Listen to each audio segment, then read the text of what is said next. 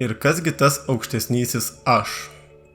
Dar kitaip vadinamas kitas aš, intuicija, šeštasis pojūtis, Kristaus sąmonė, magiška asmenybė. Kur jis randasi? Kaip aukštai jis yra? Kokia jo paskirtis? Ar mes galime juo pasinaudoti, kuriant savo svajonių gyvenimą? Dauguma iš jūsų suprantate, kad jūs turite fizinį kūną, fizinį protą, sąmonę, visą tai, kas sudaro asmenybę kaip fizinę būtybę. Ir dažniausiai tai vadinate aš. Bet štai atsiranda paslaptinga aukštesniojo aš idėja, kurią daugelis iš jūsų supranta kaip ne fizinę būtybės dalį. Kai kuriems atrodo, jog tai Dievo balsas arba tiesiog išgalvota mistika. Aukštesnysis aš yra jūsų asmenybės dalis, kuri esate fizinėje realybėje. Bet tokia jos versija, kuri turi platesnę perspektyvą ir platesnį požiūrį. Tai tarsi dvynys brolis stovintis ant kalno viršūnės, kai tuo tarpu kitas stovi kalno apačioje. Ir jie gali vienas su kitu komunikuoti. Štai jums vaizdingas pavyzdys. Aukštesnysis aš gali pasakyti: matau, jog tavo kelyje yra duobė. Taigi, jei eisi į kitą pusę, tu jos išvengsi. Grįžkite mintimis į savo praeitį ir pagalvokite, kiek kartų jūsų vidinis balsas sakė, ką jums reikia daryti. Ir kas atsitiko, kai jūs pasirinkote kitą kelią, kurį jums pasiūlė jūsų fizinis protas. Aukštesnysis aš, tai esi tu, su aukštesne perspektyva į tai, kas vyksta. Tai esi tu, kuris mato platesnį vaizdą, be komplikacijų, kurios gali kilti dėl tavo fizinio proto konstruojamos įsitikinimų sistemos, kuri iškraipo realybės suvokimą. Aukštesnysis aš yra dalis jūsų asmenybės komplekso, bet yra ne fizinis komponentas, kuris veikia kaip kanalas į aukštesnę jūsų sielos versiją. Aukštesnysis aš yra tarpininkas tarp jūsų sielos ir fizinės būtybės. Jis padeda iššifruoti informaciją taip, kad jūsų asmenybė galėtų suprasti sielos siunčiamus impulsus į fizinės smegenis. Aukštesnysis aš veikia kaip vertėjas, paimantis informaciją iš aukštesniųjų jūsų sąmonės lygių ir nunešantis ją į žemę, taip, kad galėtų efektyviai bendrauti su asmenybė fizinėje realybėje.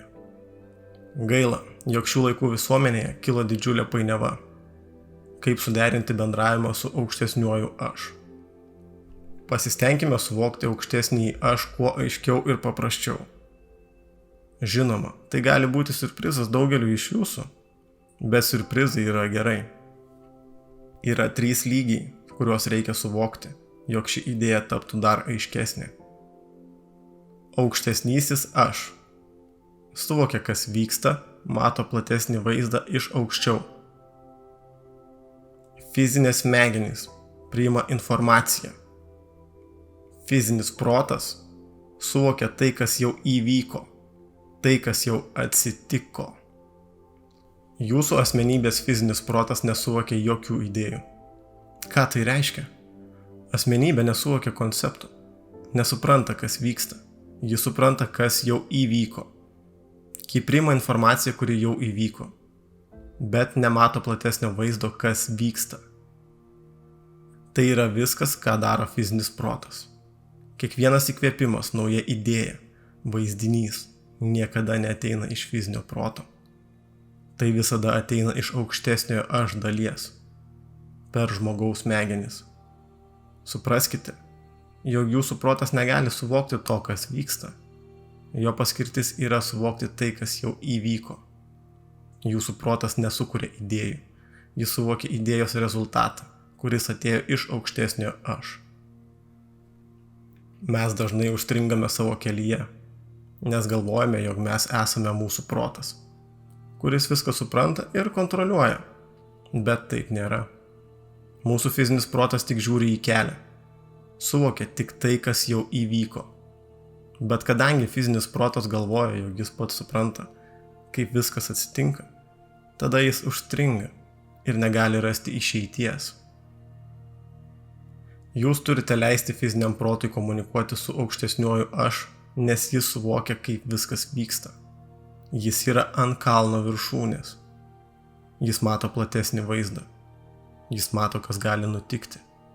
Ir kaip viso to išvengti. Kaip apeiti kliūtis ir pagreitinti jūsų kelionę. Jis esate jūs.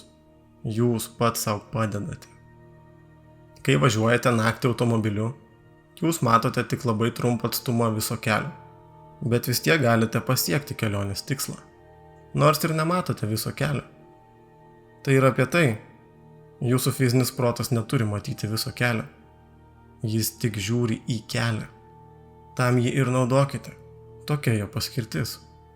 Suprasti, kur jūs esate dabar ir siųsti signalą aukštesniajam aš. Aukštesnysis aš gali jums sakyti, judėk toliau, eik šiuo keliu, pailsėk, daryk taip ir pasieksi tikslą greičiau ir taip toliau. Visa tai ateina iš aukštesnio aš dalies, žvelgiant iš totalios būtybės, kas mes esame. Supraskite, jog kiekviena mūsų būtybės dalis turi savo paskirtį. Tai, kas yra nematoma, naudokite savo naudai, naudokite kiekvieną įrankį pagal paskirtį. Kaip naudojate telefoną ar šviesos jungtuką. Taip galėsite gyventi kaip viena holistinė būtybė, o ne atskiros detalės. Koks svarbiausias dalykas, kurį turite padaryti, jog visą tai veiktų?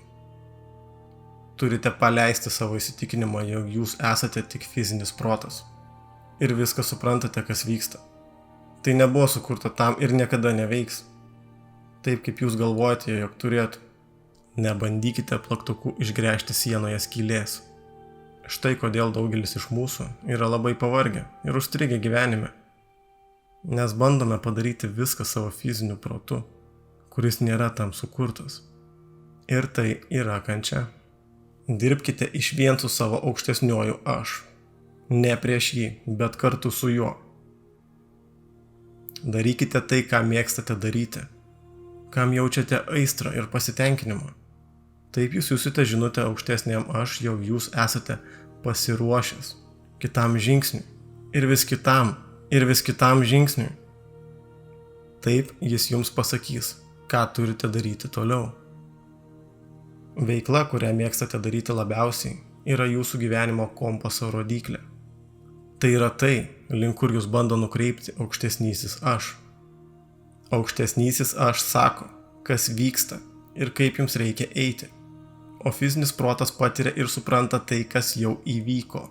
Ir jeigu jūs nekreipsite dėmesio į savo gyvenimo kompaso rodyklę, tada aukštesnysis aš gali tapti labai kūrybiškas, kad atkreiptų jūsų dėmesį. Ir jis atkreips, jis niekada nepasiduoda. Klausimas, ar mums iš tikrųjų to reikia? Pakartosiu dar kartą, nes tai yra labai svarbus momentas. Aukštesnysis aš suvokia, kas vyksta, mato platesnį vaizdą iš aukščiau. Fizinės smegenys priima informaciją. Fizinis protas suvokia tai, kas jau įvyko, tai, kas jau atsitiko. Šis paveikslas, kurį matote savo ekranuose, simbolizuoja mūsų žemesnį ir aukštesnį aš. Banga su daugybė arklių simbolizuoja mūsų problemas ir iššūkius, su kuriais susidurime gyvenime. Jeigu gerai įsižiūrėsite, pamatysite, jog yra dar vienas arklys virš vienišo arklio. Tai yra mūsų aukštesnysis aš. Jis visada yra kartu su mumis. Jis visada yra didesnis ir galingesnis už bet kokią gyvenimo problemą. Jis visada žino geriau, ką reikia daryti, nors fiziniam protui gali atrodyti kitaip. Pasitikėkite juo, tai esate jūs. Kaip gamtoje nėra dviejų vienodų medžių, taip esi tik vienas unikalus tu. Tu esi čia ir dabar, tu esi reikalingas, tu esi prasmingas. Leisk savo unikalumui reikštis per kūną, kurį pasirinko tavo siela. Ir tapsi geriausia savo versija, apie kurią net nesvajojai.